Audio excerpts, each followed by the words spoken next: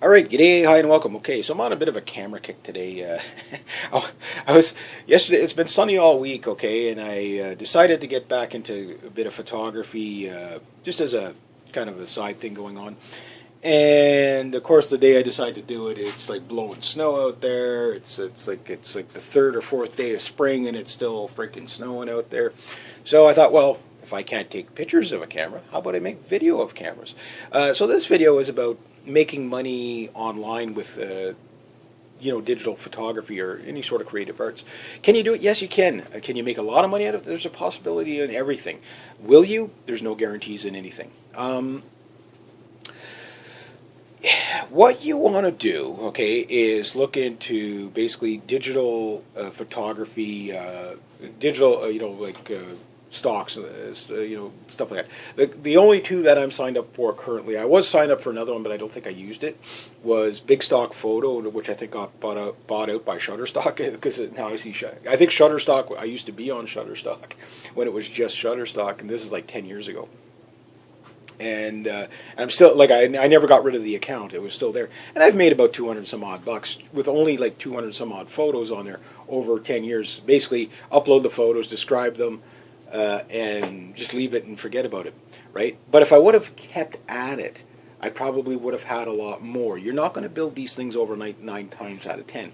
But it might be enough to, like, say, make a little extra money to buy another lens or something like that. And if you were to, say, add 3 photos a night, 5 nights a week, 3 really good photos, you're going to go out, you're going to find 3 things to take pictures of, and you're going to do 3 really good photos, and you're going to put them up.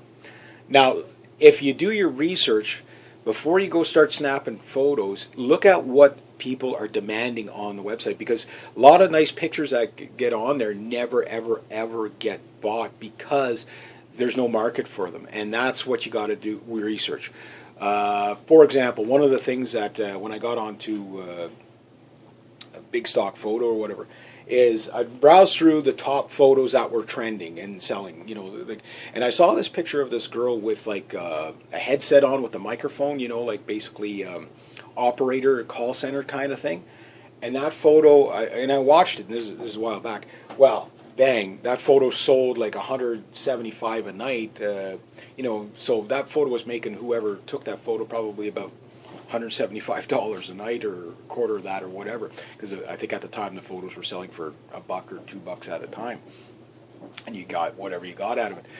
And then next thing you know, everybody saturated the market. So next thing you know, you see 25 people doing the same kind of photo. You could ride that, but you got to. That's just one idea of how to kind of.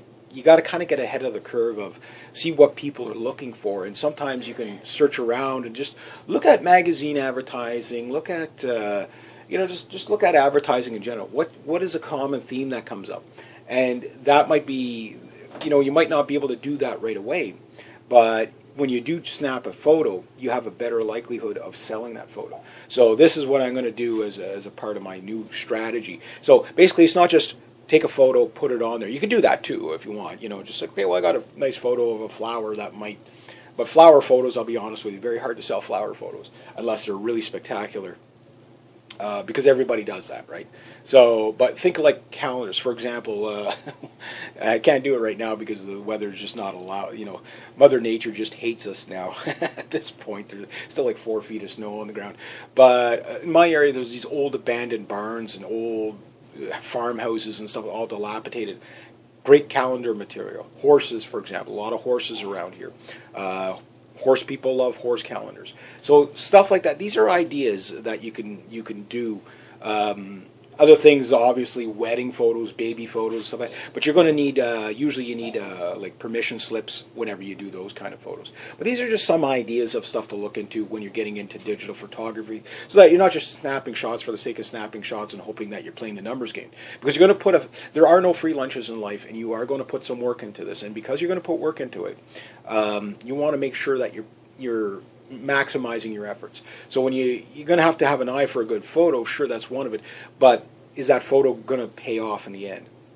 That's another way to look at it. So anyway, I'll leave it at about that.